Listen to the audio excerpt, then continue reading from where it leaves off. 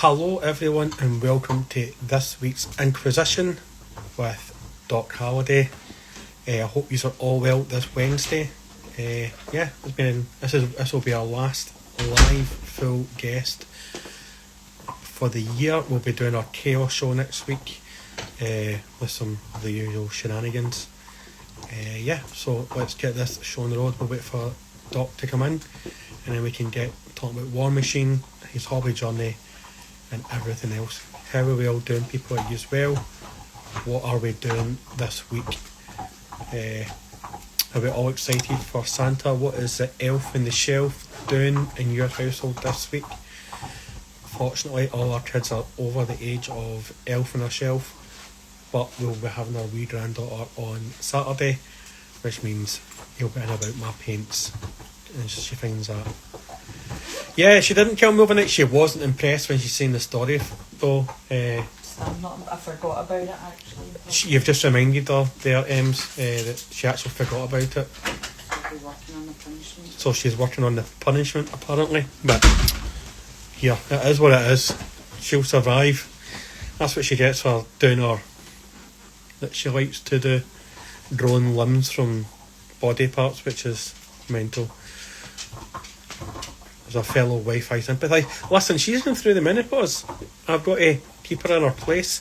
Old Perry Jerry. What is that? I think I've got some spookiness going on in front of me here. That's just wee ashes from the fire. How are you, Elder? Are you having a good week? What is life like in the south of England? Did you survive the big storm yesterday? So, I think we're about to see it. No, she's actually just away out. She's about to see her wee pal. So, I will be left with the three amigos. And I found the earbud that I thought the Wonder Dog had eaten. Oh, why am I playing music here? Oh, no. Don't know what happened there. Technical issues. But yeah, we're not going to see her murder live. But can't guarantee that she won't murder me during the night. So if she does murder me, if I do end up dead tomorrow, tell me to check for insulin injections all over my body, because apparently that's a quick and easy way to kill people.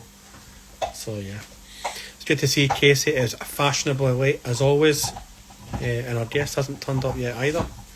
So yeah, how has your week been, Have you had a good week? What are you working on this week, hobby wise? We have Cleo, the Wonder Dog. What you want? So yeah, I am working on some Death Guard. More Death Guard. He does have another arm. That is true. I should have told him to host it. He's always on time when he's hosting it. So unless Sarah's murdered him, it could just be me.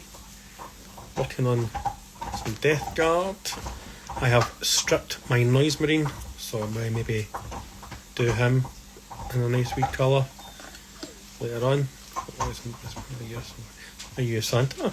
Because that's the only person that's ever busy in the month of December is old Santa Claus. Well, thanks for popping in. I always appreciate. Hello, Elder. Green Mike, how are you doing? That's a candle, that's what I mean. It looks like a dildo. No, it's an advent candle, bruv. Santa of corporate tax. Right, you burn it and the days go down in it, but we're a bit behind. You're like 2 days behind.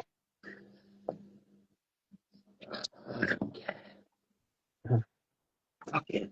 Candle. Just leave it on a bit longer, it'll go down. I'm also sitting at a different angle tonight. As you can see, there's the lateral stars and a thing. Yeah.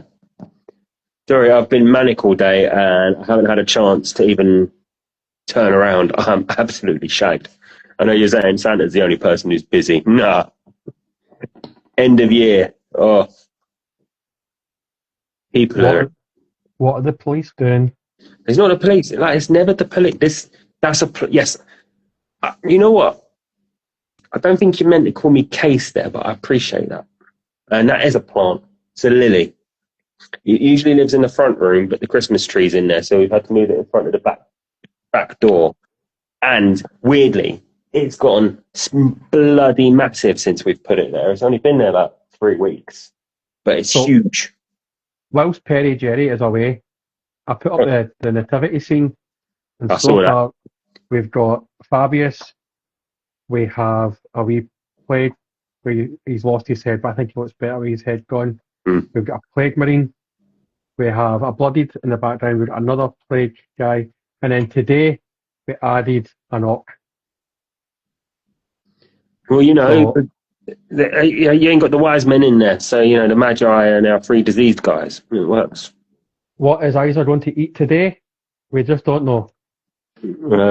What's she eating in a minute? I know, dog. He's eating a bone. But she's allowed to eat. But I fucking ordered my Secret Santa for Hobby Vices a book, and then I put the book down, and she was fucking trying to munch in that fucking book. Stupid science guys couldn't make eye more small. Fucking idiot dog, man. Hey Doc, how you doing? Send us a request, or please don't be on a laptop. You have to be on your phone or a tablet. It doesn't work if you're on a laptop. So if you're on a laptop, get on your phone, mate, because we cannot add you. Because See, Instagram is stupid. Yeah, Instagram is stupid, man. You know what? Actually, Jan, the baby Jesus could be a dreadnought if you think about it. Came back from the dead on the 3rd day. They entombed him in a dreadnought sarcophagus. Off he goes. Even in death, I still praise him on high. Bang.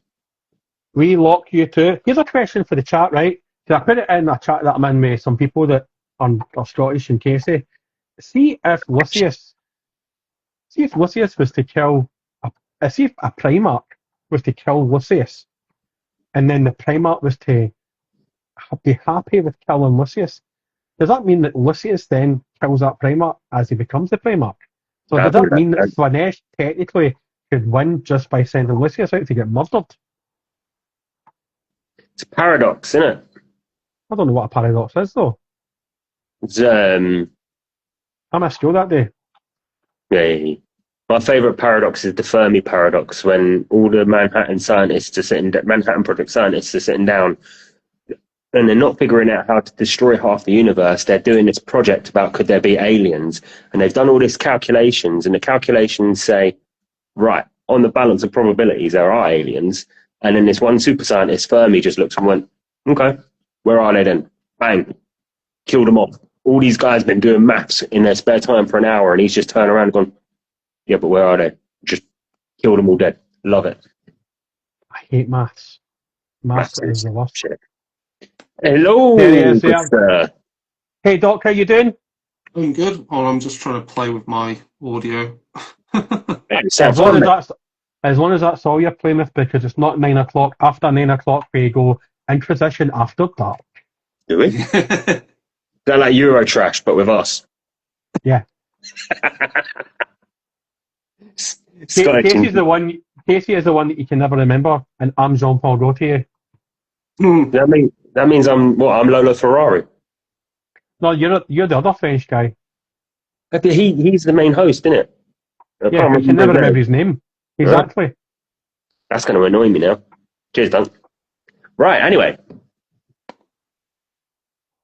So, Doc, thank you so much for joining us tonight for the Inquisition.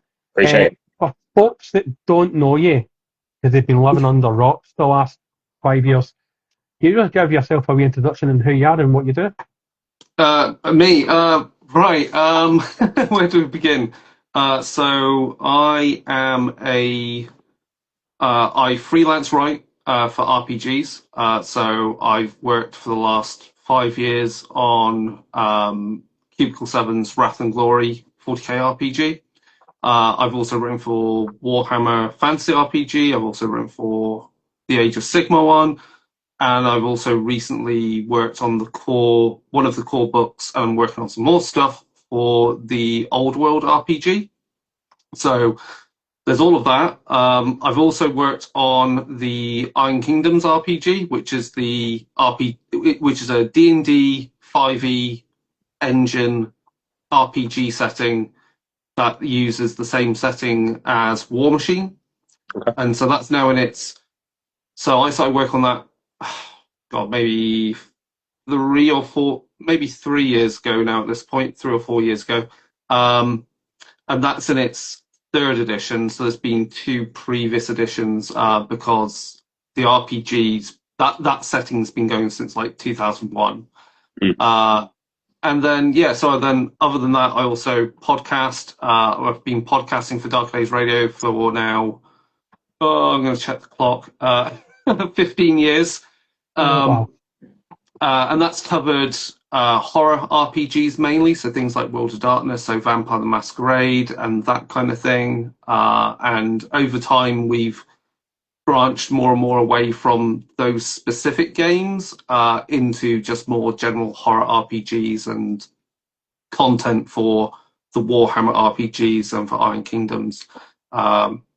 And then otherwise, Paint Toy Soldiers, posts a lot. I used to work for Games Workshop during my undergrad. That was between 2002 and 2005. So that was the Ultronum store. Which was good. It was the height of the Lord of the Rings bubble. But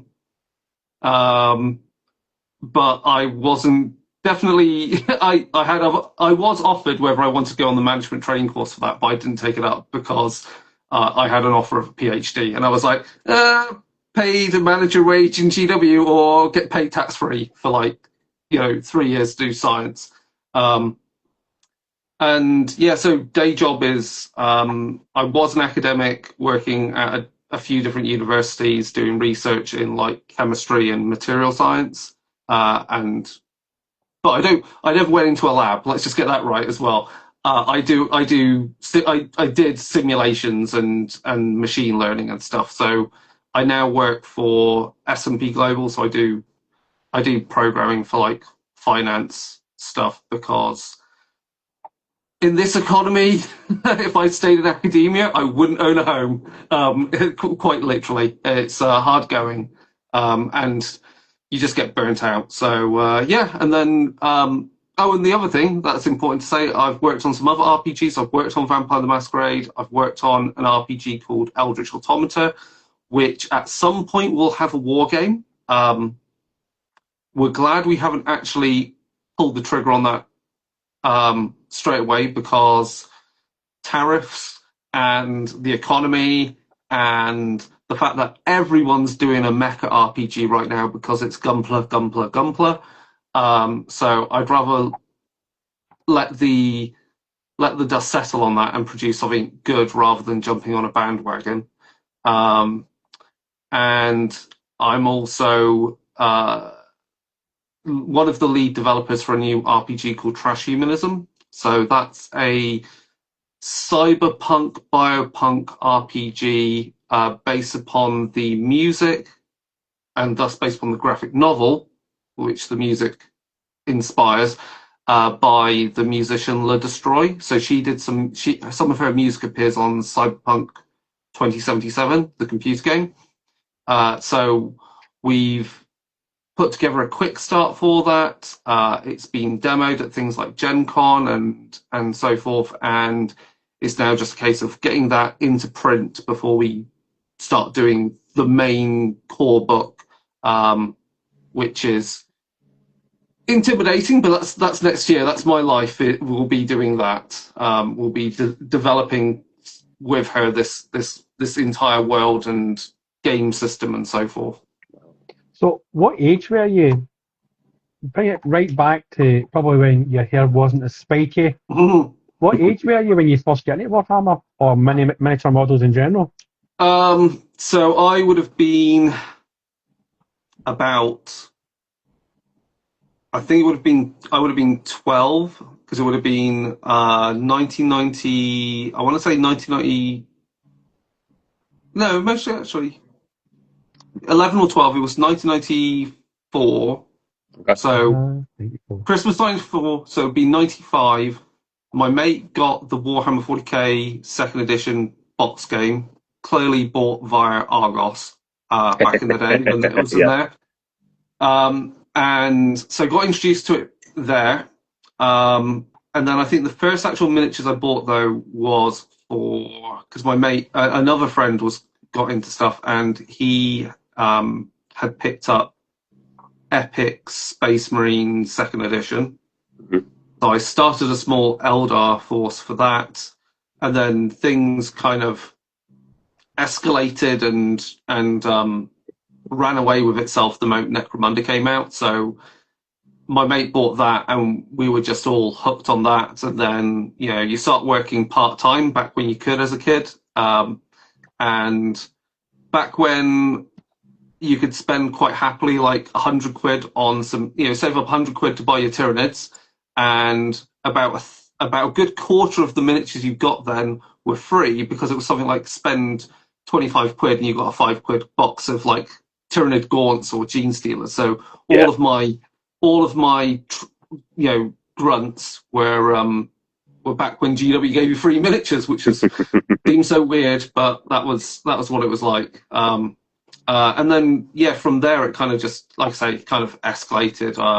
You know, collected Chaos Warriors when they had their first ever plastic miniatures, and they did not rank up.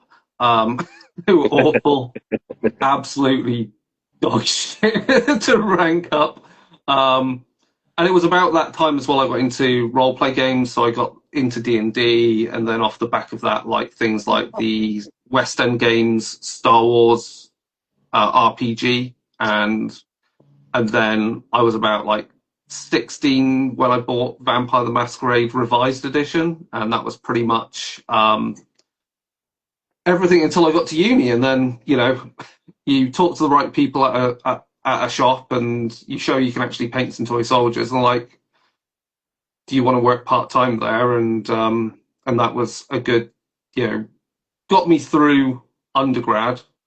And then you realize, like, no, this isn't going to be a full-time job. Like, it was an option as if things went to shit, but it didn't. And then yeah, and also, I mean, at that time as well, that's when War Machine came out. So I remember distinctly in Manchester, Fanboy 3 had only just opened, and they got in the initial boxes of War Machine, and it felt such like a breath of fresh air compared to how 40k games work, with like being such mass battles. And when you read the rules of War Machine initially, you think some of it just seems so broken, but that's why it was quite fun. And I got into Confrontation as well from Rackham at that time, and we did cheeky little things like having staff games nights where we played other games in the store when we closed up for the night. So yeah, that's pretty much history in a nutshell, I think. How weird was it, like, them approaching you to give you a part-time job then back in the day then? Because that would be unheard of now, like. Well, when I say approach, I was suggested by the manager of one of the stores to then apply, and therefore, you know, I think you have a bit of an advantage if you've been told, oh, if you want, you know, we've got jobs going, go apply. So you have that in your favour. But it is kind of like, and it was, you know, at the time it was kind of a exciting thing to do, because when you grow up in the middle of deepest, darkest Herefordshire, there was no local games workshop at that time. And the only game store, you know, is an hour on the bus. So, yeah, it was definitely fun to do that, and, you know, be involved in painting hordes of miniatures for Games Day back when Games Day was a thing, or you know, being shoved the latest release a couple of weeks ahead and told, get that painted and on the shelves like ASAP. I don't know. I don't have a feel for what working in a Games Workshop is like now. I think it is much less that when you have these kind of one-man stores. I mean, Ultron was small. It was effectively a one-man store before it was a one-man store with, key timers, but obviously that's kind of, a lot of that's changed these days. So maybe it was a bit of a golden era. I mean, the height of Lord of the Rings, got to see Lord of the Rings in the cinema for free because I'm like, go see it because you're going to be promoting the hell out of it. There were also still some good stuff that was out at the time then as well. So like Necromunda, I think had its like second, kind of had its reboot at the time. And Inquisitor was still something you could buy in the shops, things like that. So in some respects, with where Games Workshop's got now these days, it has some of that kind of old school feel, because of the games that I play right now from GW, it's mainly things like Necromunda or Warcry, because, well, partly because I just don't have it in me to paint huge armies like for the other games, and also I have my opinions of how the other games have evolved, and I find not as fun as they once used to be. Yeah, definitely. I think there's a lot of what you've mentioned there. I can't remember who online, I don't know if you're into your wrestling or not, but someone referred to it as almost the WWF Attitude era of wargaming. Like, it was all very cool and, edgy. It was proper lent into the whole grimdark aesthetic as it was, and, things took a lot longer to come out, and there was never like anything, didn't feel like anything was ever rushed or broken. And if there was ever an issue with something, a white dwarf would come out and be like, bang, do this, sorted. Yeah, it was a bit more, it's what I think it just felt a bit more, I guess the word you want to go for, I think sometimes you can kind of use the word for it. It's like, it felt a bit more punk rock is the way, because it's like it's cobbled together a little bit more. It's not too polished, which is where we are now, where you've got this constant churn of, like we've just had today, was the December balanced data slate, whatever the hell, for 40k, and it's just like it's just too much. Whereas like Necromunda feels really glacial development, and that game is, you look at it and you play it, and I'm sat here thinking like I might play second edition 40k again, because it just has really weird, stupid things, and because it's like that, it's a game that you could never be overly competitive with, because there's too much doubt in the rules that it just doesn't support that kind of environment. And yeah, you're right. Like back in like 2002, 2005 era, like you still had Games Day. You also had the local kind of games days they did called, I think they called were they called Armageddon? Yeah, and there was one and we had one in Manchester, and that was fun to help out with. And yeah, you also had like the comic books as well. So you had Inferno magazine and so forth coming out at the time, and so it was kind of like, it was almost on that knife edge point between being very old school GW and the more very, very super corporate GW that it is now. And I think that's why, as I say, I lean towards more of the more specialist games, the smaller ones which have a lot more flavour, and that's, I mean, it's no surprise that combines well with the fact that, writing for the RPGs, I'm always like going like, can I find this tiny little bit of Warhammer lore that I can squeeze in and not have pushback on, and have fun with the setting in a really weird way, rather than just doing pure Marines. And I say that, I mean, the last book I worked on that was put out was the Space Wolf character book for Wrath and Glory, and that had some fun exercises in it, because one of the sections in there is it lists NPCs like Logan Grimnar and Jarl Stormcaller and so forth. And those are characters that can be your patron for your party of characters.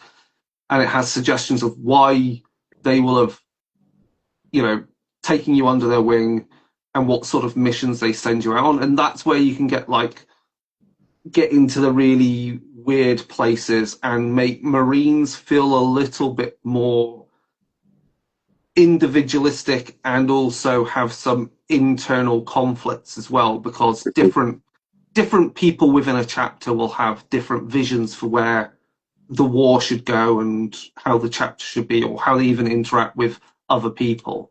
So that's really where I find the fun is in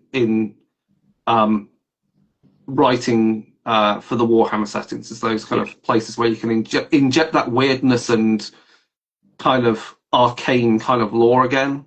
That actually leads me on nicely to a question I've had burning in the back of my brain all day, knowing this you were coming on to us today. How do you go from being an average hobbyist, going about your day, enjoying the games, to actually it becoming like part of your job in a way that, you're actually sitting down and you're designing rules for RPGs? Because was there a lot of writing that you had to do for it? Almost I don't know, you might be better placed to explain it than me trying to guess. So it's interesting because I think just yesterday Sam Pearson put out a YouTube video. So Sam Pearson used to work for GW. He basically took who was it? But he took the original kind of design plan for Warcry and then developed it further into what it is now. And so in that video, he goes through the process of how you make a product, a PDF. So, which is a really interesting video to watch, and is essentially what I have done years ago. So while he obviously did an initial kind of PDF of how do you do, I think it was basically how do you do kind of Mordheim-like, it was a Mordheim-like campaign for Age of Sigmar, I think, back when Age of Sigmar was only just out. So that's kind of what got him on the radar of GW. For me, it was essentially being on, putting out onto at the time, the Onyx, would it have been the Onyx Path? Would it have been White Wolf? It would have been the White Wolf forums. PDFs which I had created for things like Mage the Awakening and for Changeling the Lost. And again, writing rules, using some freely available artwork, trying to do layout in Word, which is the most awful. Don't do it. No, Word is for writing documents. It's not for making PDFs. Use Adobe or use Affinity if you want something that's good and free. Use Affinity. That's what Sam Pearson example uses. And then along that process, then essentially making that kind of material and doing the podcast and also putting stuff out through that, doing videos and recordings of gameplay and explaining how the games work and providing new content for people. Essentially, if you can do that and you can show you have a competency for it, that people also want this material and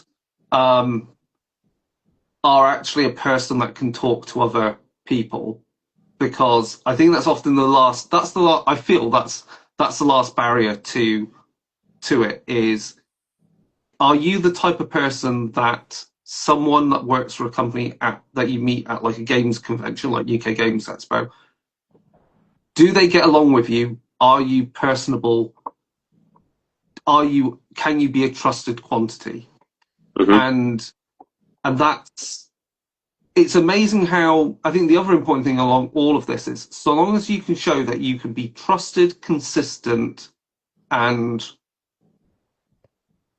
communicate whether things are going well or bad. If things are going to take longer, it's going to take longer. As long as you're honest about things, that's great, because even someone who maybe isn't the greatest writer is actually more of a useful person in these industries than someone who's a great writer but completely unreliable. Yeah. Or is it just an asshole to work with? Let's just be honest, right? Yeah. And I've now worked, I've worked at numerous universities, and I've had to hold my nose and work with people I would rather not have to interact with in an academic environment. And I think one of the things which, when you compare companies of different sizes, and you can see how there are different things you have to deal with, both with with people you have to work with, or just how things are managed. And ultimately, the thing that works to your benefit is just being professional. It's as simple as that. And it's amazing how much people don't do that. And you find just people like join a project and just like you don't hear of for like months, and they don't turn in work. And that's when I, have been asked, like, this didn't get turned in, could you do some more writing? I'm like, okay, I'll fill in the gaps. Like, and that's what gets you more work. Like, if you're ready to go, I can do this. Then that gets you that gets you noted, and you get picked up for more gigs. So we've got a question from long-time viewer, first-time questioner, Sam, aka Wargate Studios. What is your view on the level of AOS fluff, and why has it been so bad so far? Right, that's a difficult one. So the problem here is that Age of Sigmar, as a war game, has essentially had to reach a certain threshold of getting product out ahead of the grafting of developing the setting fully. And if you look at the timeline of how Warhammer Fantasy developed, it developed as a war game pretty much in tandem with the RPG. The RPG allowed the writers to explore and answer questions about the setting. And to all credit, and I've only done a tiny bit of work on Age of Sigmar Soulbound, but it's a credit to the writers for that, and for those books, that they have fleshed out that world where they've been allowed to do so. So places like Anvilgard is now a fully realized city. Also, so all of those locations, there's like, I've yet to run. I want to run it at some point, but I did get to proofread it. Is the Cursed City book for Age of Sigmar. So that's allows you to go off and do a full RPG set in Ulfenkarn, which is basically, do you want to do Castlevania the RPG? The answer is yes. And that again fleshes out so much of that setting, provides maps, gives you a bit more. You have more room in these books to explain places, characters. Like you always get the question of like, where are the farms? Where are the farms? And that's true in Age of Sigmar. Where are the farms? How do they get water and all that? How does that operate? And the RPG has allowed that, and I think it's, like I say, it's a horse before the cart kind of situation. So hopefully we'll see in the next cycle of Age of Sigmar, we might see some of that material bleed back over into the war game and define more of it. But I mean, it just shows the balance between, what is the core product? The core product's selling miniatures these days. Back in the day, the core product was selling a setting in a war game because they used whatever miniatures they had, stuff from D&D, etc., etc., etc. So that balance has changed. And I don't think all the Age of Sigmar material is bad at all. I think there are some really interesting places. I think Cursed City's particularly good, actually, as some of the lore. It just had a really rocky release cycle for that Warhammer Quest product. Yeah. But then on the flip side, we can say those for Age of Sigmar is because of the way it has been designed, there's so many large swathes of the map which are there for you as players to fill, to define, to make your own for your own campaigns, and it's really where you want to go as a hobbyist. So in some respects, that's a good thing. But there are some fundamentals that you kind of want answered just so you understand how the world operates. I won't speak for the novels. I'm not really huge into reading a lot of the Black Library stuff. Some of it is, some's good, some's bad. Same as anything. So it's kind of like a wee bit like when you're watching a season of 24 with Jack Bauer and you're thinking, we've been following him for 24 hours. When does he go to the toilet? Some people need to see those wee nuances. Or when does he get a bite to eat? You can't just be shooting people and torturing and waterboarding people like for the whole 24 hours. Like, at what point does he go to the toilet? Yeah, exactly. And I think some of those questions are relevant for a role-play game. Like, where's the shitter? In a role-play game, might actually be quite relevant. Whereas in a war game, that's the scope that you're looking through is that doesn't matter. So and there's so many things. I think Chris Peacher said this as well. Like, I think also it says something about the type of people. I think he said, like, with the type of designers and writers and influx that you get into GW these days. Like, back in the day, many of the developers and writers had a background in history or archaeology or so forth. So understanding these worlds was even at the most mundane things help you understand how larger things operate. Mm-hmm. Whereas now, maybe the influx of some designers is like, they don't really care because they want the blue things to kill the red things, because they come from more of a game design environment of, say, looking at arena combat games in the computer games industry. Yeah. I think that's a fair point, because it's something I've often said is that the way the games have gone in the last couple of years is very much more pushing it towards that computer game sort of style of play. And funny enough, like when you're talking about farms, as a simple comment, 3rd edition 40k, first thing that always sticks in my mind when you're looking through that rule book is there's a 2-page spread of different planets, like feudal worlds, I know the one. agri worlds, and that is so vivid in my brain now. But now it's so much more, like you say, because they've skewed it the other way into just push the mini, push the sales. Everything's a city. Like, it feels like it's lost its way a little bit, which is a shame. Maybe they'll find it again. But like you say, it's just a case of they have to have the right people in to write it in the right ways. Yeah.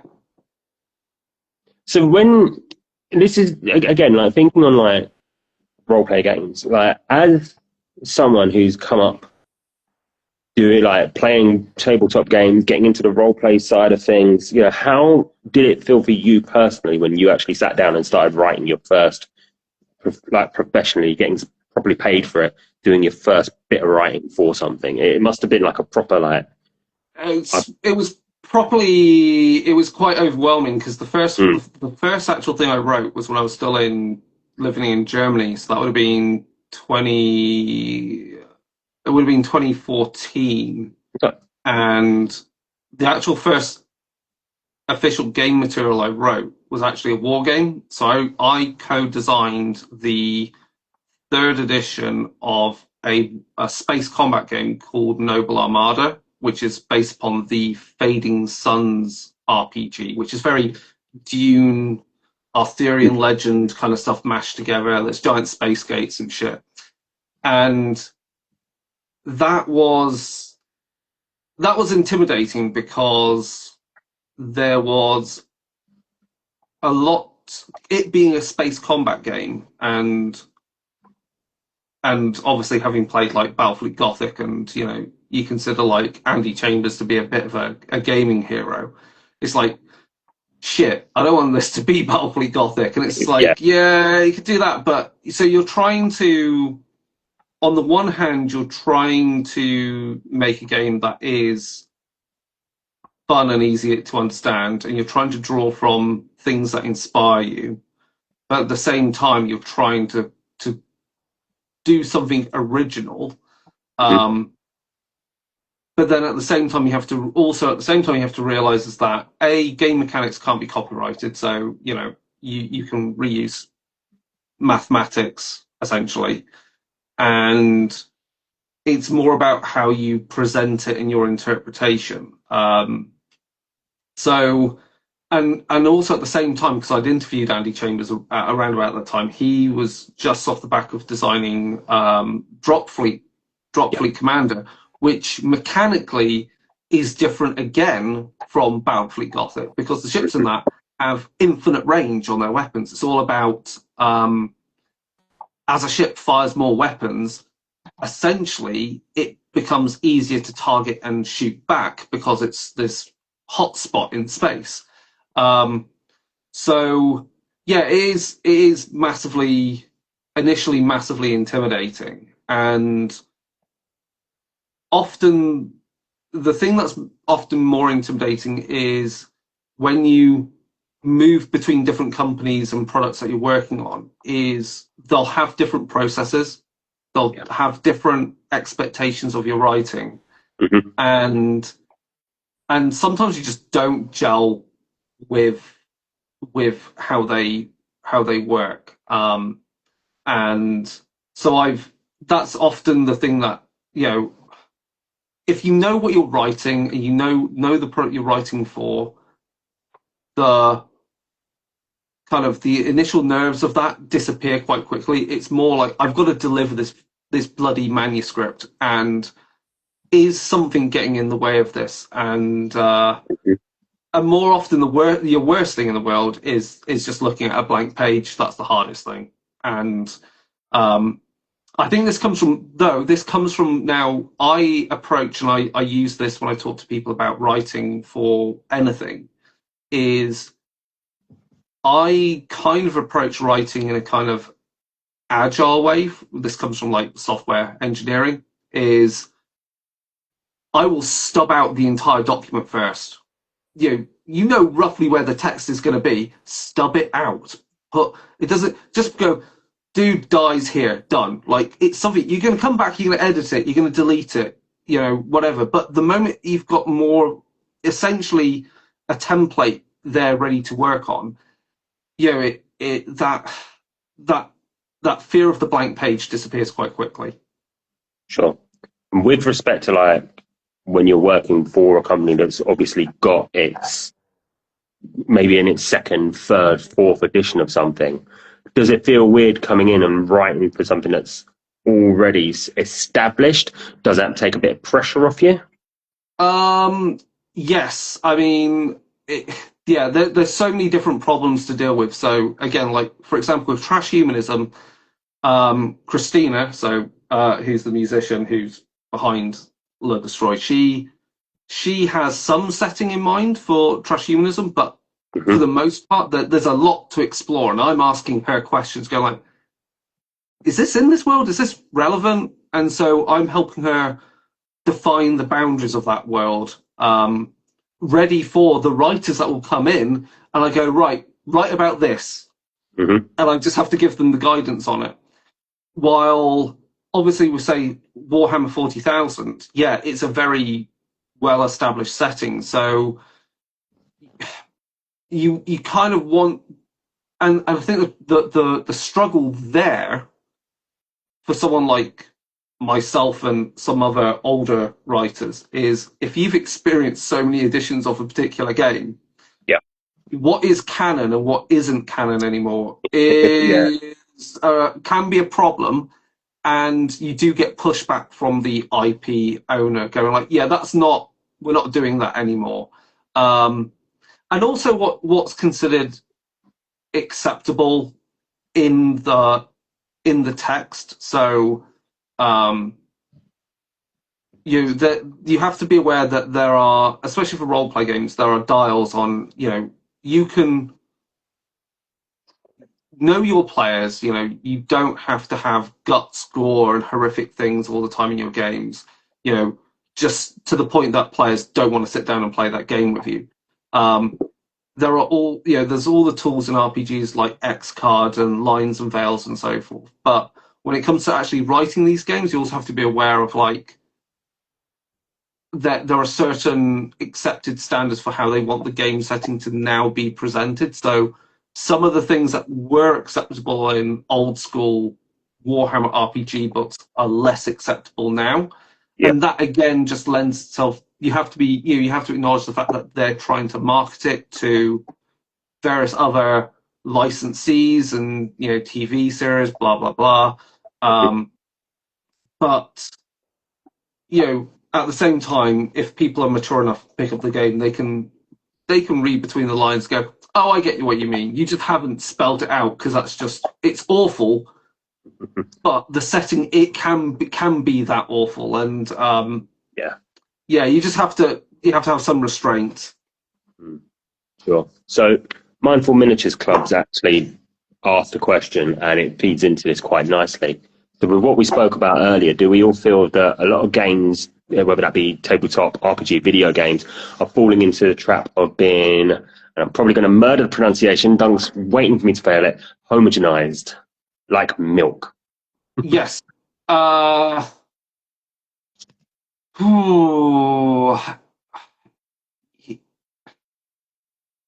I say yes and no. I think so. This, I think, feeds back to something which I've seen some news article recently, of a psychologist saying why millennials and Gen Z seem so different on attitude to things, and it's mostly the same with Gen X being also different. Is that we grew up with computer games that punished the hell out of you.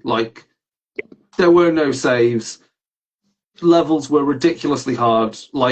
The expectation you would finish the game was actually quite low for some of these. Whereas now, because some of the games, even though there wasn't any saves, you had to write down a code for finishing a level, and if you mistook a letter, you were fucked. Ghosts and Ghouls, 2 hits and that was you done. Yep. Sorry. Yeah, no, you're right. So, and whereas now, computer games are often designed the expectation of players should make it all the way through, and it will hold your hand to an extent. And even some options are removed. I don't feel like you can. It's like comparing Final Fantasy 7 to Final Fantasy wherever the hell it is now. They're very different games. They're not expecting you to sit down and play for upwards of 200 hours on it just to complete it. And that's the same thing with even survival horror games. The same thing with shooter games. They'll have a lot of guidance on where to go. You don't have to memorize the map. I remember distinctly.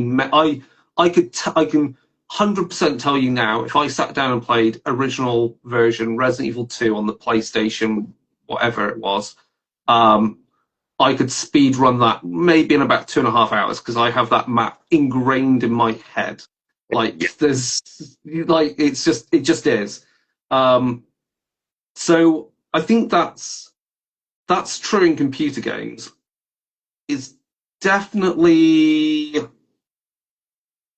I think the way RPGs have evolved there's definitely different types of experiences you get because it's not about being confrontational with the GM who's out to do a TPK. That's just not doing anyone any favors. So there's a lot more. RPGs always explore the very meaning of what is a game and what is an RPG. Is it how collaborative it is? What's open? What is open knowledge? What is not? Whereas with war games, I think I don't think war games are becoming homogenized per se. I think there's definitely, what would I say? I think my critique, though, is that the problem for GW is that it's kind of, I feel like the game is statistically kind of boring, if that makes sense. Like, Yeah. you roll to hit, roll to wound, roll to save, and along that you've got all these re-rolls and stuff. And I feel like that, combined with how it's the L-shaped ruins with zones, and that's all anyone seems to want to play. You try and go, oh, let's play something asymmetric, and someone will look at you, even in a casual game, they'll look at you like you're doing something weird. And I feel it's all tinkering at the edges, because I think it was something that it was on Hellstorm Mikey's live stream. Someone said I think it hit the nail on the head. What I thought was that if you watch at least competitive videos of 40k, it's all rather predictable, because they know the game so well. You just look, that unit's going to move there, it's going to roll to hit, it's going to do the shooting, they're going to do this, that, and the other. It's going to kill on average 2 or 3 orcs. So it gets to the point of, why are you even rolling dice? It's very, it's just model. It is literally model trading at that point, and anything you do is just pissing about the edges with the statistics. Whereas, like, comparatively, even though it's the same series of dice rolls, Necromunda makes every dice roll feel like it counts, because you're only rolling that one. You've got that one shot that's going to hit, wound, potentially save. So any step along that route feels like it could turn the tide of the battle. Whereas if you're rolling 20 dice and re-rolls and stuff, it all just smudges out. Which is why I'm finding, returning back to War Machine in the last few years with the new edition, is just mechanically more exciting, because also it has an asymmetric way of winning. You can either win on objectives, or you can win at killing the leader in that game. And if you lose sight of what's going on in the game, you're going like, I'm playing for objective, I can win it on this. You might just mess up and leave your leader out in the open and get wiped out. And so it doesn't matter whether you were leading on 6 victory points, you lost the game because your leader's dead. So I feel that sort of unpredictability needs to be re-injected into 40k. And I think Warhammer, even though I have no desire to paint a Warhammer Old World army, just because it's rank and flank and it's a lot of miniatures, and I've been there, done that. I had a Tomb King army when they first came out. It was a lot of fun, but I don't have it in me. I think Warhammer the Old World, I feel, has some of that, because again, if you kill you could win on objective points again in that, but also if you kill the leader, that has such a disastrous effect on the leadership of your army. God forbid you're an undead army. That's pretty much game. and also combats are not just about annihilating the other unit. It's like, well, do you want to overrun? Like, there's a meaningful push and pull there, which I just don't feel you have in 40k, or maybe not in Age of Sigmar these days. Whereas again, like, you compare mechanically, Warcry is a brilliantly designed game. You know, it does everything in one dice roll, and it makes you feel like you're not just pissing about the edges with the odds. Yeah, definitely. I think again, it sounds like chess then, because you can sometimes get so sucked into pinning their king and like chasing their queen down that you sometimes leave your king vulnerable, and then before you know it, you realise within about 2 minutes that you've Donald Ducked it and you're resigning, which was pretty much my experience for the entirety of today when I was playing chess on chess.com. Easy. it's a tough thing because some people get really turned off by War Machine because it feels like it has that gotcha, like, oh, I've lost my leader, it's game over, and it feels rather punishing. But I think that's because people are still playing War Machine initially in its original kind of its standard kind of guise, which is where you play assassination rules. You can play War Machine in what's called execution mode, which is where your leader can only be killed by their leader. So if your leader gets reduced to 0 hit points by an enemy unit, it isn't game over. Your leader just falls over, temporarily dead. All the spells they had in play expire, and then at the start of your turn, they stand up with 1 hitbox back again.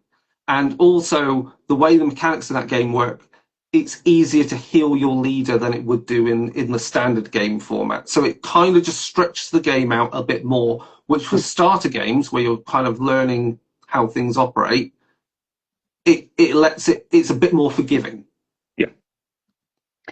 So I want to just briefly come off of hobby. We'll come back to War Machine because I know Sure. that we're going to have lots of questions on War Machine, and Graham's here, so he's going to be able to ask you his Primarch question for 40k.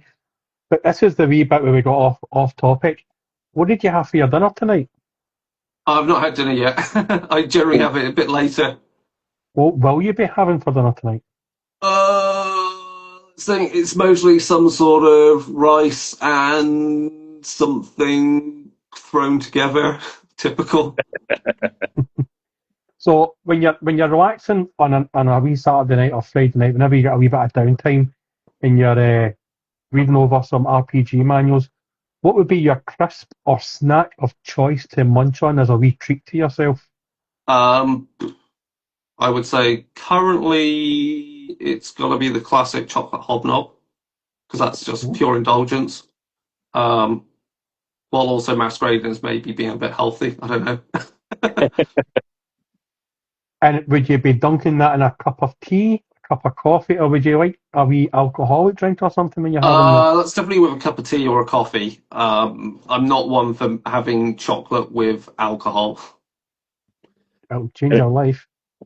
And I was about to say, I have seen you supping what appears to be a hot beverage tonight. What is it that you're... Just coffee. Just coffee. Coffee at this time of night, you absolutely filthy animal. I have like 2 cups of coffee a day. I think my last one was at 12 o'clock because I'll be up. I'm at the age now. I'm over the age of 21 where it's now 3 a.m.Ps and then doom scrolling for 2 hours and then waking up absolutely wrecked. Yeah. So when you've at the very start you described everything that you do. What do you do in your downtime? Do you get any downtime? Because you seem to be so busy. Are you some sort of like ghost that you've actually invented a time machine and you've made yourself more time? If I'm not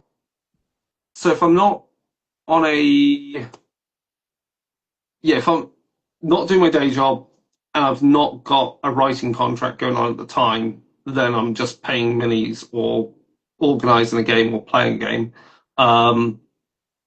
So if I've got a writing contract going on at the time, depending upon how stressed I am with it,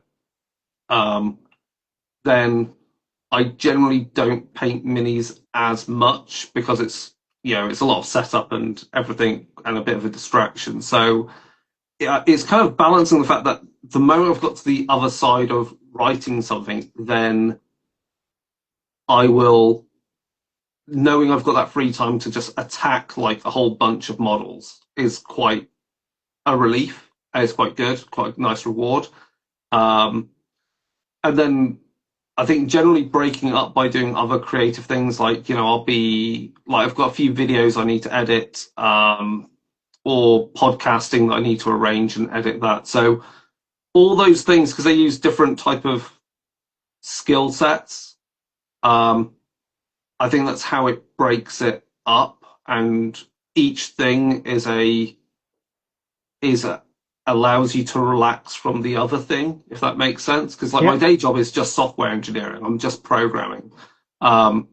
and that can be as creative as it can be, very creative at times, just like churning out code. Other times, like it has been the last few weeks, I'm just looking at error logs of the code in production and trying to piece together why something's not working as it should.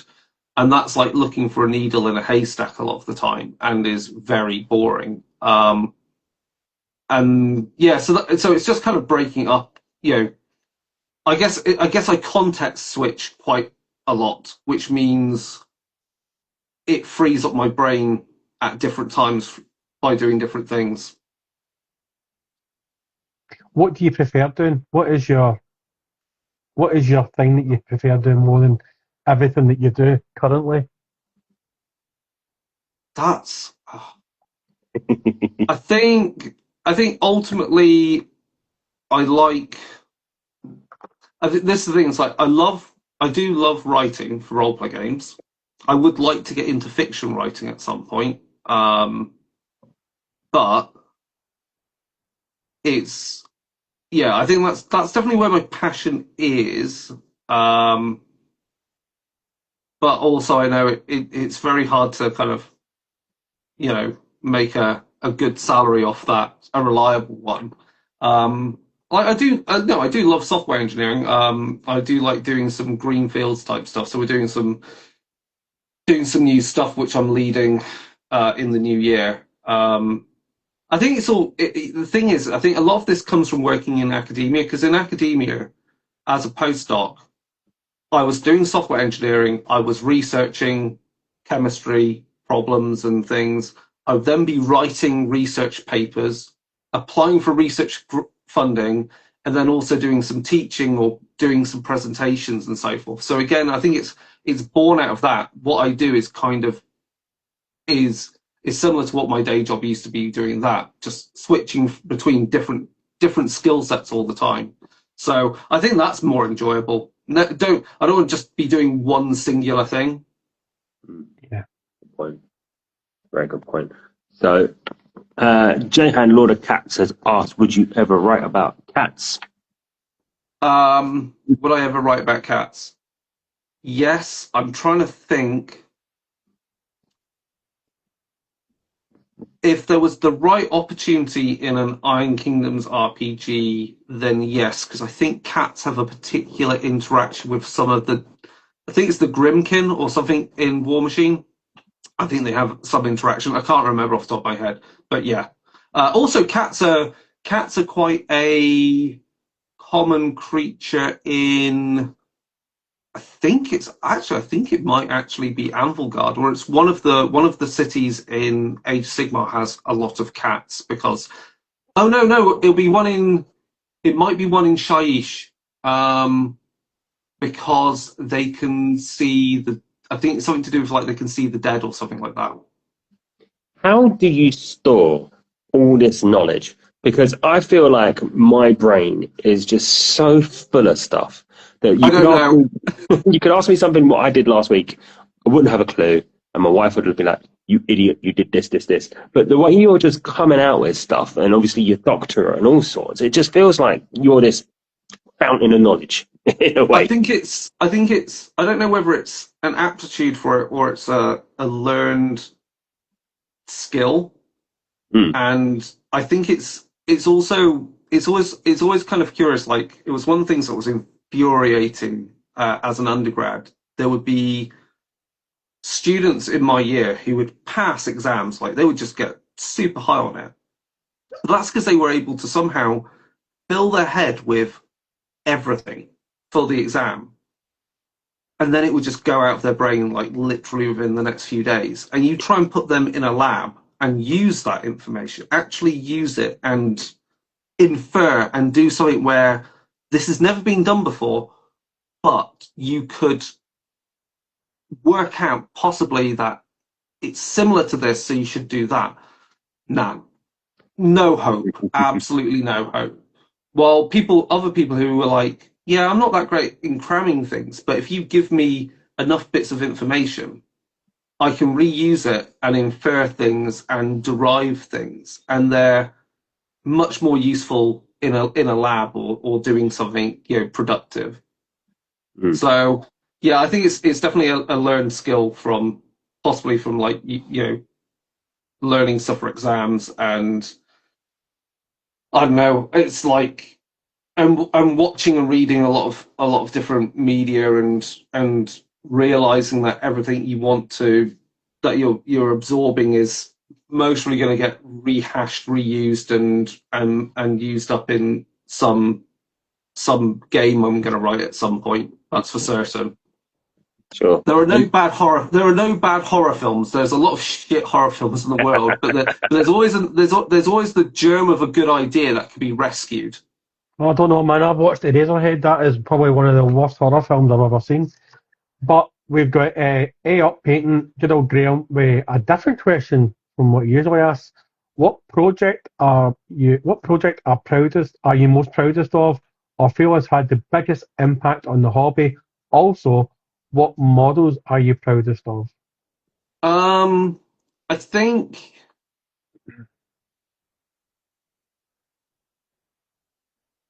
think proudest project is still a Warhammer Fantasy RPG scenario called Hell Rise to Halt. So that was designed. I pitched it, designed it. We then tested it at an event, and then I co-wrote it with one of my podcast hosts. And that is a very Halloween themed scenario. It's basically a riff on Sleepy Hollow. It has a headless horseman and exploding pumpkins and everything. And I think the great thing about that is I've seen a lot of reviews for it being that it is it's now considered, I think I'm happy to say it. I've seen reviews and people say it's always referenced as the scenario to play if you've not played it for Halloween. Just play that. And everyone says it's great. And then also, it's one of the best intro scenarios for Warhammer Fantasy RPG. So when people say stuff like that, you're like, okay, it achieved exactly what I was trying to do with it. And yeah, it's great when that happens, and you know, you then see it referenced in all like the, you know, the wikis for Warhammer, and they go, oh, there's this town called Halt, and this happens here, and you're like, okay, yeah, because I wrote that. Model I'm most proud of, I can steal the question. I would say, where is it? I'm going to try and grab it if I can. Yeah. Yeah, I think that one. So it got bronze at PeachCon. There's the camera, and so it's the Kingdom Death Black Knight. So it's non-metallic metals and everything, and just, you know, nice to push yourself every so often on a single mini rather than just painting 20 bloody Marines or something. And yeah, Kingdom Death is like, it's something I've not played a lot recently just because I've had a lot of other stuff going on, but I've got such a huge backlog, and so my year ahead is to attack that backlog and start playing it again, because it's like Kingdom Death is kind of, it's not just a game, it's a lifestyle. It's the only way to describe it. You're right there, because I think the few people I've seen who do paint the stuff, who do play the stuff, it really does feel to be like it engrosses them, I think would be the best way. Because like, you even look at some of the artwork they put out for their boxes, and it really does embrace the full horror of the setting. And there's no way, you can't describe it as grimdark, you can't describe it as just a simple horror game. It is, some of the stuff they put out is borderline disturbing, I think is fair to say. Yeah, and I think that's why, again, it represents that kind of like, going back to what we were saying, like feeling quite punk rock, because it's the antithesis of like what GW is going for, which is something which has its roots in horror, in grim sci-fi, and they're trying to market it in so many different ways that it requires to smooth out off some of those nasty bits. Whereas, like, yeah, Kingdom Death just is unapologetic. And similarly, like, Trench Crusade is unapologetic in its designs that it's doing. And that's good. I mean, that's a good thing. Like, not everything has to be nice and pleasant, because there's no accounting for taste. Like, I think you can do horror, you can do things, so long as you are, I think, so long as it feels right for the setting and you're not just doing it for cheap, crass thrills. If that makes sense. Yeah, it's got to be genuine, Like, hasn't it? It's yeah. Otherwise, yeah, it's just otherwise it's just junk. And we see that, like I say, going back to horror films, there's just stuff where you're just like, of course they've done that, because it gets the views on it, and people could then talk about how it's, you know, horrible, and Mary Whitehouse would have banned it back in the day and stuff like that. That leads me actually now into a nice question. I think this is something I was thinking about in the week, Duncan, seeing as I went to the cinema on Monday. What films have you seen recently that you've enjoyed?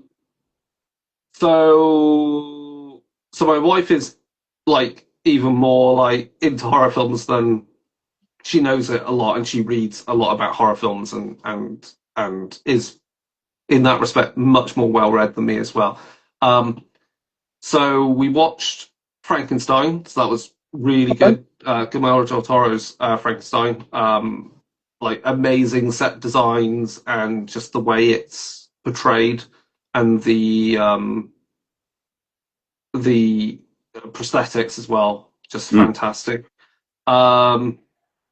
We've also been watching Welcome to Derry, which is is really brutal, does not pull punches, because, again, it's showing. I don't want to spoil anything on that. I have opinions on it, which some people have taken the wrong route on, and just missing the point about stuff. But yeah, you know, it's an interesting setting, because, of course, it's set in the 50s. That's right. Yeah, it's set in the 50s or 60s, I think. Mostly late 50s, and so in that respect, it's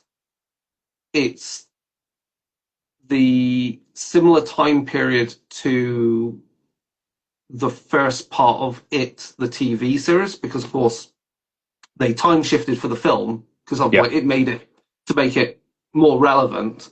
But then that opens up that you can go back to that original time period from the book to do a prequel. And that's really good, because obviously it also has a lot of the same themes, and through the lens of horror, which is always a great lens to look at these things through. Like Sinners, that's a brilliant horror film. It really is fantastic. Fun things to note, all the costumes for that were the ones that were going to use in the Blade film that didn't get made. So for the period parts of it. So there's that. I'm trying to think what other new horror film watched recently. I'm forgetting. So, you know, we watch all the classics as well. Like, we'll buy the odd, like, new release from of DVD of, like, a Hammer horror film, because they're putting out special editions of those right now. So it's the classics and the new ones and everything in between. You know, you have to watch Event Horizon every so often, and stuff like that. I'll tell you what, I went to see the new Running Man Monday night. I needed to go to the cinema and see something. I'll put my thoughts on that later on my stories. But I didn't realise, although we've got the Guillermo, I always say it wrong, del Toro Frankenstein film out, there's also a remake of Bride of Frankenstein coming out, which is set in the 30s. And it's the first sort of trailer I'd seen for it. It just came out of nowhere. There's also another. I think there might be another Dracula film as well somewhere as well coming out. So yeah, there is. It's I can't remember the name of the actor. He was in. I want to say he was in Get Out. And I think it's though they shift that one to be. I want to say it takes place is more in the 20s, and it takes place in France, but don't quote me on all of that. But it's definitely French. But Yeah. they shift things around, and therefore it lets it lets you go mad, because then you can have like Dracula, but with a Art Deco background, which is Yeah. going to be mad. So I think yeah, we consume a lot of horror films. I think it's funny recently with, like you're sort of saying about the It prequel, Derry, Welcome to Derry, being set in the 50s. We've now got a Bride of Frankenstein film being set in the 30s. Like you say, the other Dracula film being set in the 20s. You know, when we were kids, 80s, 90s, you know, a lot of these classic films, like your Draculas, your Frankensteins, all of that, your OG ones, they were always sort of set of their time, sort of late Victorian periods. Yeah. Do you feel that because of obviously how times are changing, everything's, you know, we're getting older, I think would be the easiest way to say it, that dragging these classic stories up and putting them in a bit more, I won't say modern setting, but a bit more of a closer timescale setting maybe would sort of keep them fresh and relevant? Because it does interest me, the idea of this Bride of Frankenstein remake being set in the 30s and just being a little bit more of a prohibition-y era sort of spin. I don't know if it's about being fresh and relevant. I think it's more, it lets you explore different themes and ask slightly different questions based upon what the political and social climate was of those times. So, yeah, it's like... I mean, I would agree with that, because if you look at Sinners, I don't think that could have been done in the late 1800s or early 19... I know it was like I think it was like set in the 30s and 40s. It's very much you could pick, because you could definitely, I think because we are getting older, then that seemed the 30s, 40s, 50s seems more relevant to us. So like the film was made in the 80s, then like if you look at like Interview with a Vampire, a lot of that is set in the late Victorian times. Do you know what I mean? Yeah, so and I guess there's also an element of just the fact that I guess there's also and it's not that they're more relevant. I think as we've gained distance from those time periods, before they kind of existed more. You know, we would see those things in films because the films would be contemporary to that time period, and so it's a black and white film from the 50s. It's in the 50s. Done. Why would we want to re-explore the 50s? Now there's enough time since that the 50s is, it's a period piece. The 80s is a period piece. Stranger Things is a period piece. Yep. Whether you'd like to admit it or not. So, and we can look at those things through the, technology that we have now to render them, and to the fact they can make the costumes these days like better than they ever could. So I think that's where the excitement comes from. And also just because like certain things in history just repeat themselves. That's the other thing. So things in the 50s are relevant again. It's why things like Mad Men, I think is still relevant even today because of how the world was changing then, and attitudes are changing then versus how attitudes are going the other way in places right now. So it's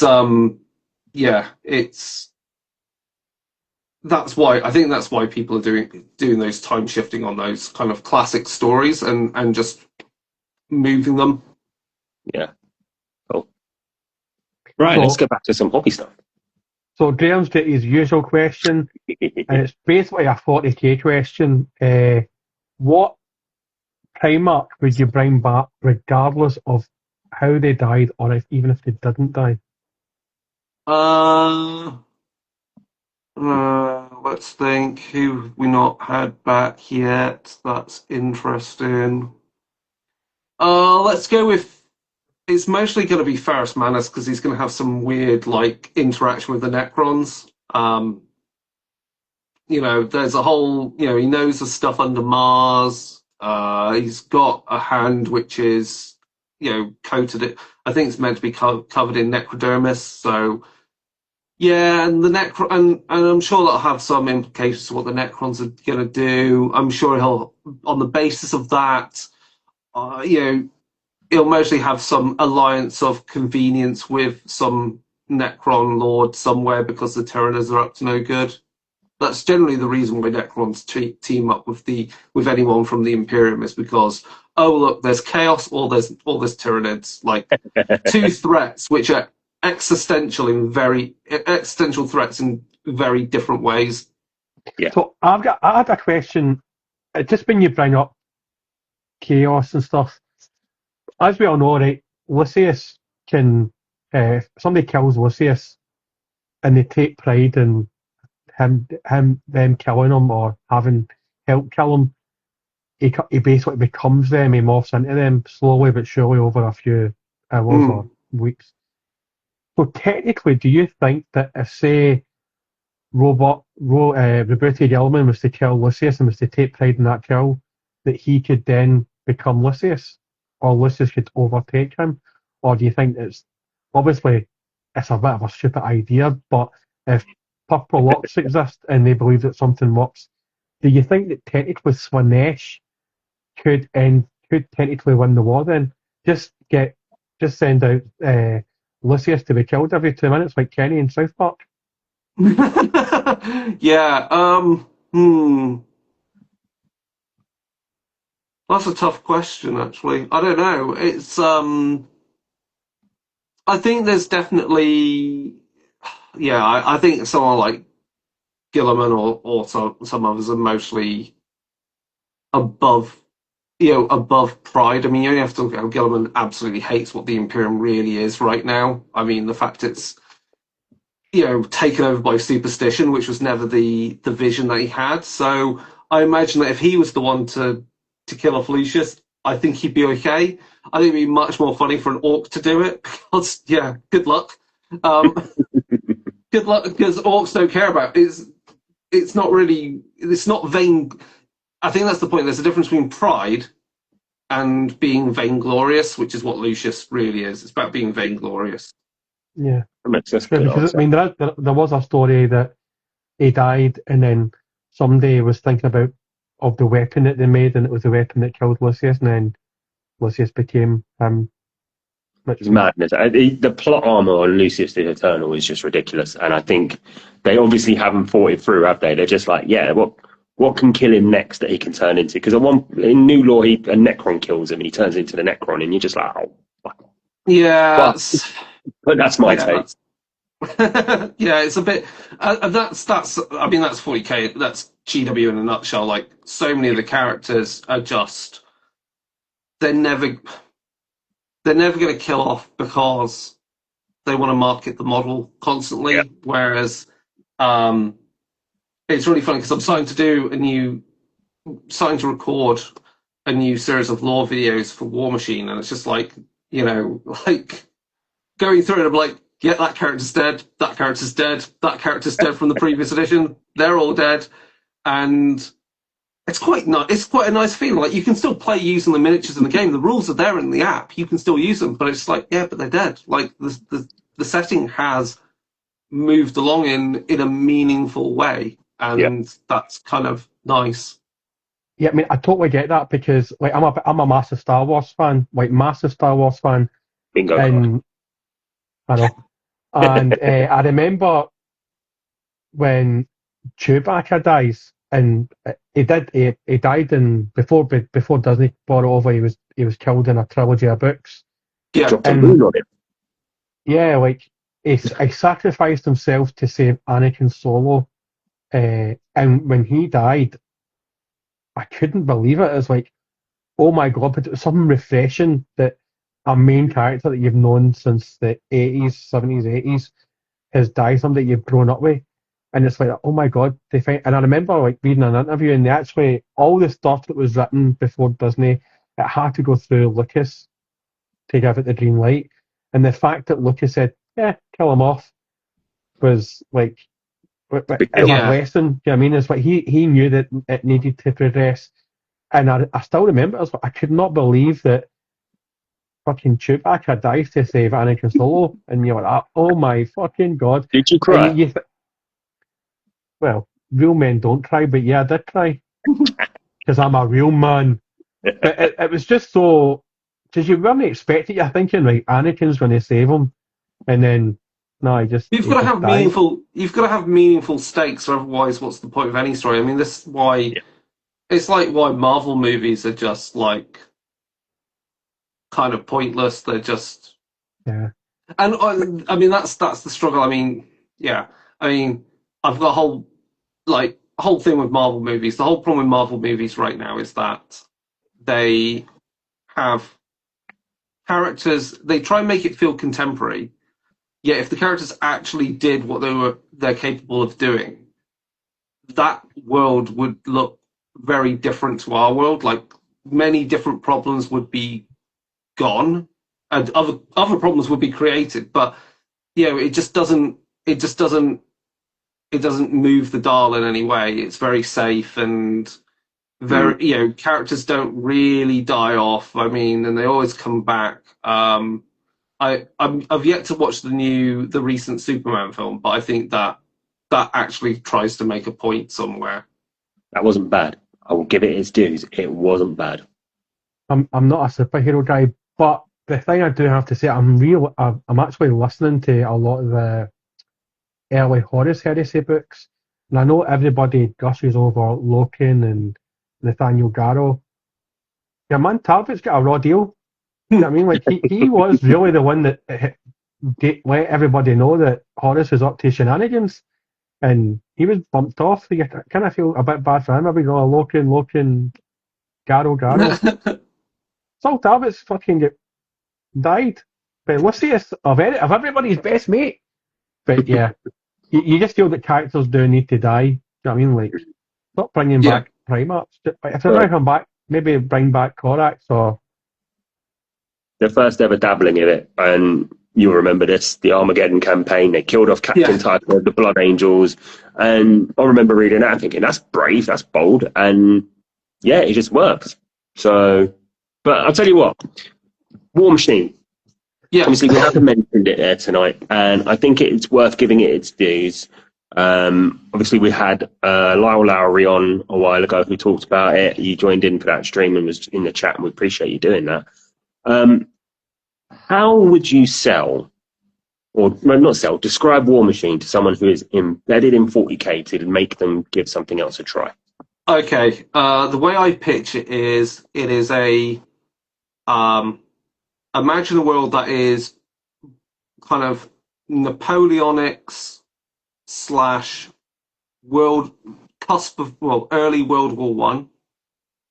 Chuck in a bunch of fantasy tropes, so your elves, your dwarves, what have you, goblins, and then go, hey, let's have an industrial revolution that is powered by magic. That creates that gives them the ability, these nations, to have these engines of destruction, which are the warjacks, and they are extensions of your leaders who are magic users called warcasters, and they use them in battle to lay low platoons of soldiers or hordes of barbarians, and go toe to toe with each other, ripping 10 shades of shit out of each other, while also facing equally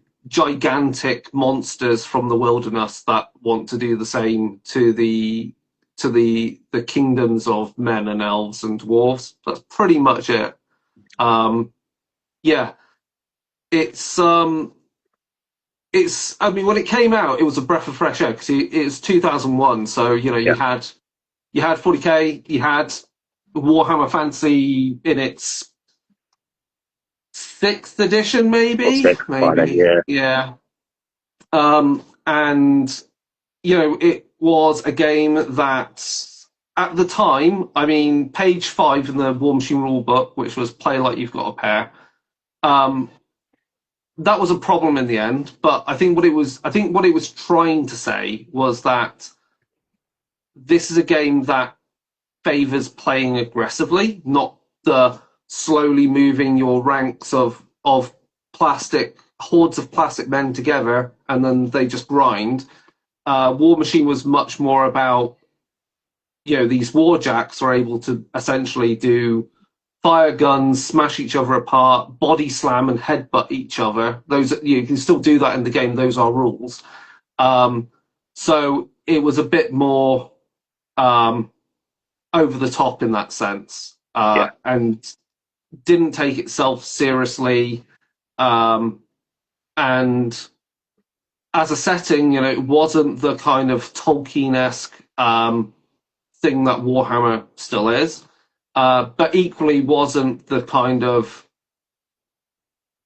medieval in space of grimdark of 40k. It was something that, it's described as being quite an American fantasy because, of course, the setting has, you could also say it is akin to, say, there's elements of it which feel very much like the American Civil War. So you've got, you've got trench warfare, you've got Gatling guns, but you've also got people casting spells and sorcerers, and you've still got people who wear plate armor and have huge swords. But that's because, this is a world where alchemy is a thing. So, you've got a bullet, but I've got alchemically strengthened plate mail. So, I'm still going to run up to you and cleave your head off with this big axe. And mechanically, as I've said, it's a game where I feel the dice rolls feel more meaningful because it's a 2d6 system. So you're just doing a roll to hit, and then you do a roll to damage. Yep. You're rolling those 2d6, so it's a nice bell curve, and the spells and resource game allows you to shift things around a bit and work out where you want to go. I need to punch my odds up, so I'm going to add a die to the die pool, because not only does that mean I could definitely hit or do loads more damage, it can trigger the fact that if I roll a double, I can get some critical effects. So sometimes in the game, you're going I'm shooting or I'm hitting this guy, not because I want to do damage, because I know I can't damage this guy. But if I can layer status effects on him, I'm then synchronizing up with the next thing that runs in that now can hit even easier, so I can therefore be more efficient. So it's a nice, the way we describe it when I talk to the developers and that, we also, it's always thought about it as being a kind of more of a puzzle game.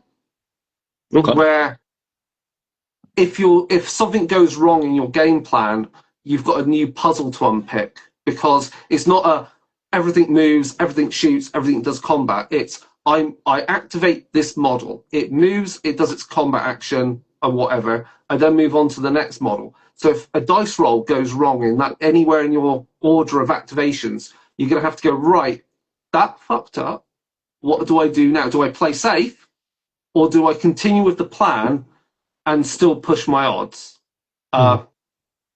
So, and I think that's why it's quite exciting. It's not alternating activation like, say, Necromunda, where it's I do a model, you do a model, but it's still, I feel it has some of that. And then it does have elements of the game where, models can get a free move or a free shot in reaction to things occurring. So there's a kind of a bluffing element there as well. Where you're well, you could do that, but I've got this spell in play or this ability. You could cry if you don't kill this model, it's going to shoot you back now. So you're trying to do all these things in it. And then, like I said, it's a resource game element to it. So you've got your leader who controls warjacks, and you can distribute these power points to them to let them do cool stuff. And so in that respect, when you play War Machine, if you're playing people that control warjacks, and it's like you've got your warcaster is your steam engine, and you're redirecting power, but you've only got a finite amount, or you've got the inverse game with your warlocks and war beasts, where your warlocks, to get their power points back each turn to do spells, they have to siphon it from their war beasts, and your war beasts generate these power points by doing stuff. So that inversion of the game is because if you don't siphon it off your war beasts, they will frenzy and go mad. So the one gameplay is like a steam train. The other gameplay is like walking nuclear reactors in your army, and you might just go stuff it, go all in, and then you're going to have to be like, but I'm not going to be able to siphon all the points off one of my war beasts. One of them is going to go nuts, and that's going to have to be okay. Yeah. Do you feel that it's on that basis, from the way you're describing it there? I mean, it's always something, I'd say this, it's always something that's sort of been on the cusp of my knowledge. I've seen it on websites, I've seen it in books, and it's always like, it seems interesting, but for a lot of people, let's face it, I don't think a lot of hobbyists stick to the one thing they know really well. But do you think it's with the right push, you could sort of say to someone who might be interested in it, you know, you like doing this, that, and that in this game. Well, we've got something similar enough, or something that could be a little bit more interesting and different for you. I think, I mean, War Machine at its heart is kind of like also got, like I say, that kind of wrestling analogy. Like you get to do things in the game which are kind of funny. Like, you know, a Warjack doesn't just have to punch or fire a gun; it can body slam. So the way the game works is that your War Beasts and Warjacks can be damaged, and that means their weapons become less capable. But it's like, okay, my Warjack doesn't have its arms working as good anymore. I'll use its power attack and just body slam. And if you do that and you hit, the model it hits can be pushed into another model that gets damage dealt to it too. So you can do pinball attacks in it, essentially. A Warjack can also, if it's got an open fist, it can grab an enemy and throw them. Mm-hmm. And so sometimes you're looking at ways of opening up the battle lines and going like, yeah, I can't get to your leader this way. But if I run over there, pick this guy up and chuck him at your leader, that's a way to kill him. So it's kind of exciting in that respect. And then also, the other thing is, I would say, while the miniatures, pound for pound, are on the same price level as GW, and other games do exist that also, you know, not as cheap as well. The barrier to entry to the game now is easier than ever because the rules are free. The app is very good, is really good. And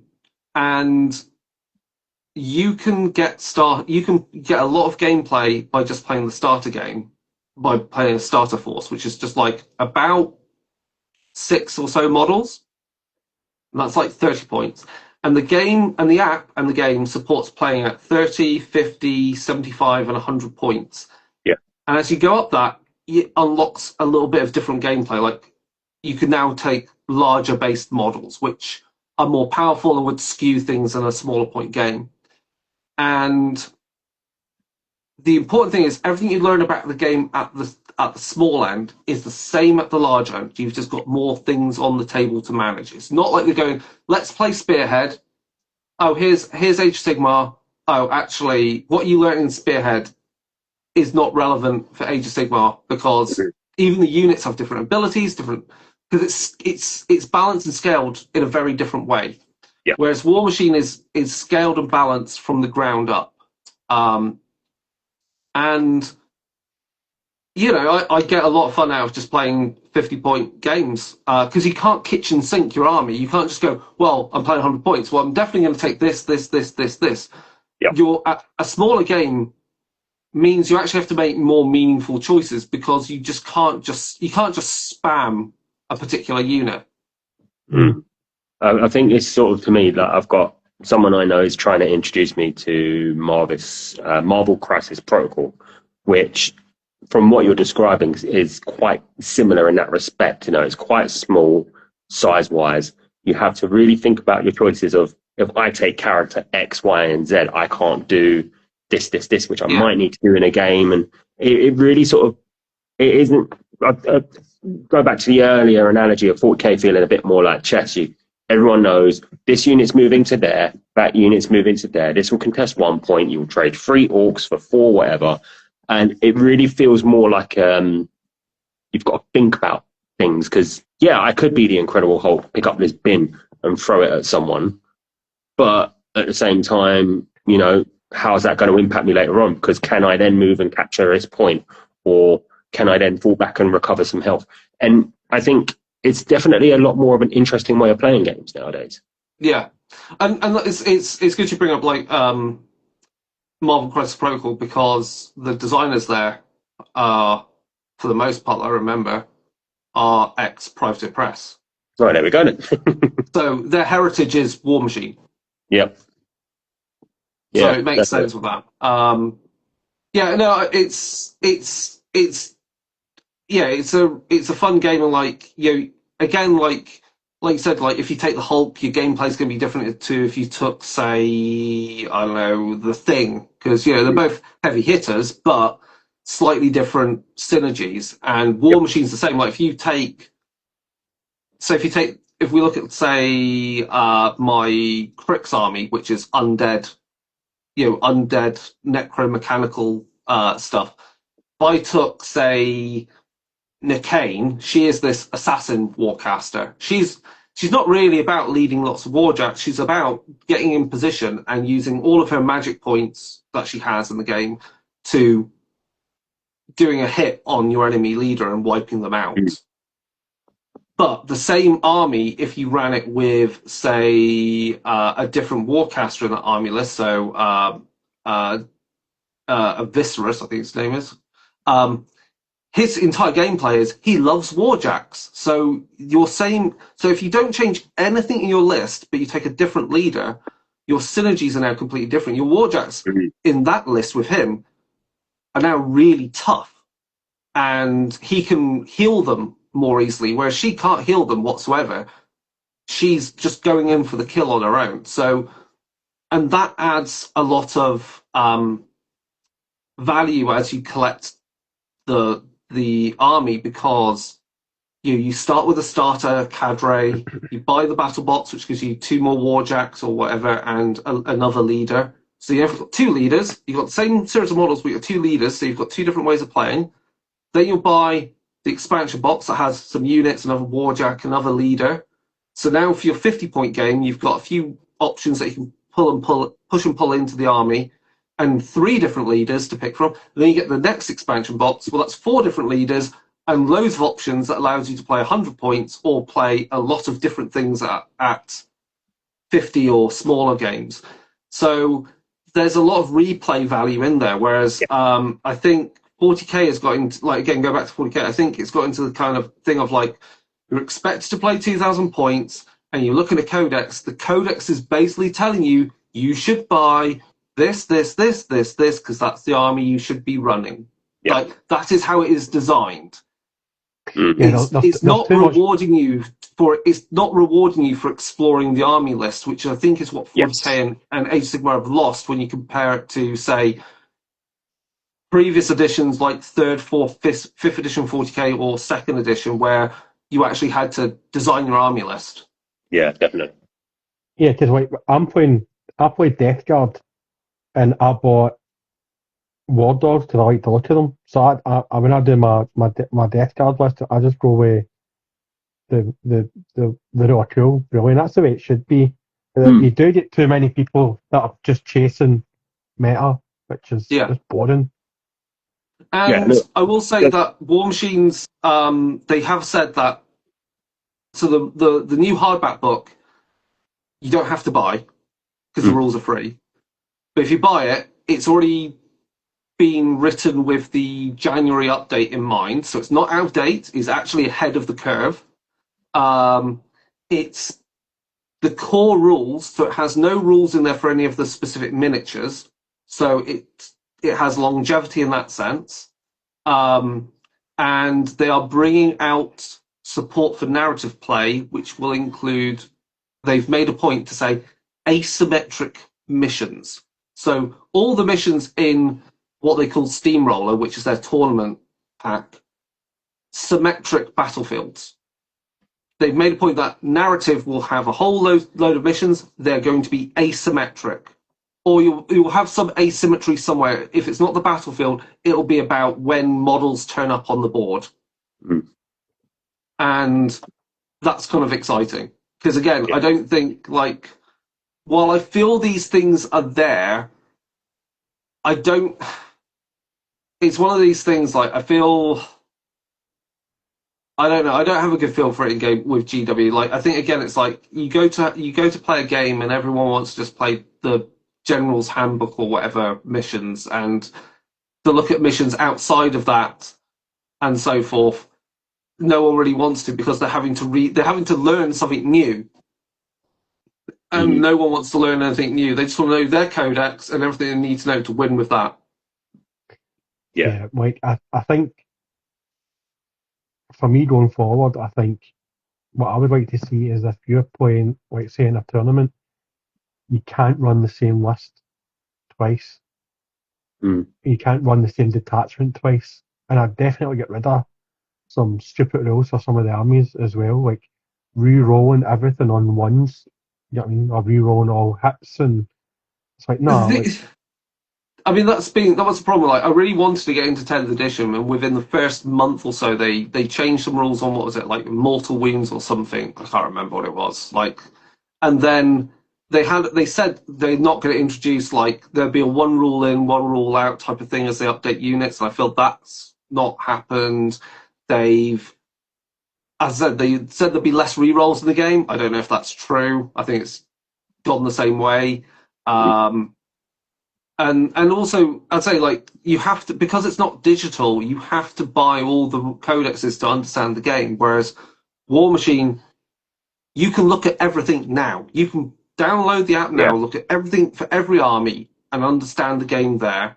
And every power and ability, if it other than say what Warcasters, if a Warcaster or unit has a very unique ability to it, fine. But that's quite rare. I need to finish in a bit. Is that you getting that out? Is that you getting that out? I need to head off a bit. It's 9:15, that's why. I was going to finish with named spells in the game or abilities. If they have a name, they will be repeated verbatim. So you don't have. So if someone goes, "Oh, I'm doing Carnage on that," you know Carnage because it's mostly in your list somewhere, in your army somewhere, or you've read it in another army. And the thing is, it will be word for word the same. Whereas, like, I've seen stuff for Marines written, you go, it's meant to be the same rule, but for some reason they've worded it slightly differently, and now you've gone like, is this the same rule? Yeah. And or it is the same rule, but they've given it a different name for the purposes of fluff, which I find infuriating too. So again, I love the setting of 40k, I love the RPGs, but there are things which, personally, as a game designer, I would feel I would do differently for those war games to make them easier to learn and play. Definitely. Listen, we need to get you to your bed because obviously it's your wife's bedtime, which means it's your bedtime. We're all married men and we all suffer from that. Same affliction. She'll fall asleep within 5 minutes and then you're left watching Netflix. Doc, it's been an absolute pleasure having you on. I think we still get so much more to chat about, and at some point, if we're still doing this, we'd love to get you back on. Sure. When we all put permission slips in so we can have a wee bit longer than 9 o'clock as well. For folk that don't know you, anybody or anything you want to shout out? So okay, so we've got Lead and Steel in Sheffield coming up in the new year. That's a Old Hammer event where I'll be running more War Machine demos. We also have ChillCon coming up in April. Yeah. So Lead and Steel is in March. That one's in April. So ChillCon on the Saturday, I'll be running War Machine demos, and then I think I've volunteered to do the hobby clinic on the Sunday. I'm sure there was something in January and I've forgotten, or February, I can't remember now. There's definitely another event coming up for something. And then I believe Lock and Load EU is in May, so that is War Machine's EU event. They just had last month the US tournament. They'll be having the EU one, and I think that's meant to be in Sheffield as well. So Sheffield's becoming a bit of a wargaming kind of nexus outside of Nottingham. And then I'll be at UK Games Expo, not too sure in what capacity yet next year. and we are getting things ready. So at some point, stay tuned for when Transhumanism's quick start lands to buy, and then the Kickstarter for the core book, which will be sometime next year. I'm not too sure when. So yeah, there's lots of stuff going on, coming out, and events I'll be at. Yeah, there's definitely something else in January. I can't remember. There's too many things. No Casey, problem. any last words of wisdom for yourself? Not from me. I am close to the end of year burnout, I think. Yeah, so we've got next week, we're going to be doing our Chaos show to sign off the end of the year. You come on, you get a couple of minutes, you chat what you want. We'll be doing also our review of the year, which will be a brand new feature for us. I will be posting some stories about that. Get your votes in as to what you think stuff should be, is the best or whatever. I'll start putting that on the weekend. Perfect. Doc, again, thanks so much for coming on. This will be Thank you. posted on our YouTube in the next couple of days. We'll tag you in it. Have Cool. a great weekend, people. We'll see you next week for our final year of the show. And yeah, have a nice rest of your week, folks. Take it easy. Love you lots. Bye. Cheers. Tune in. Bye. Thanks, Doc.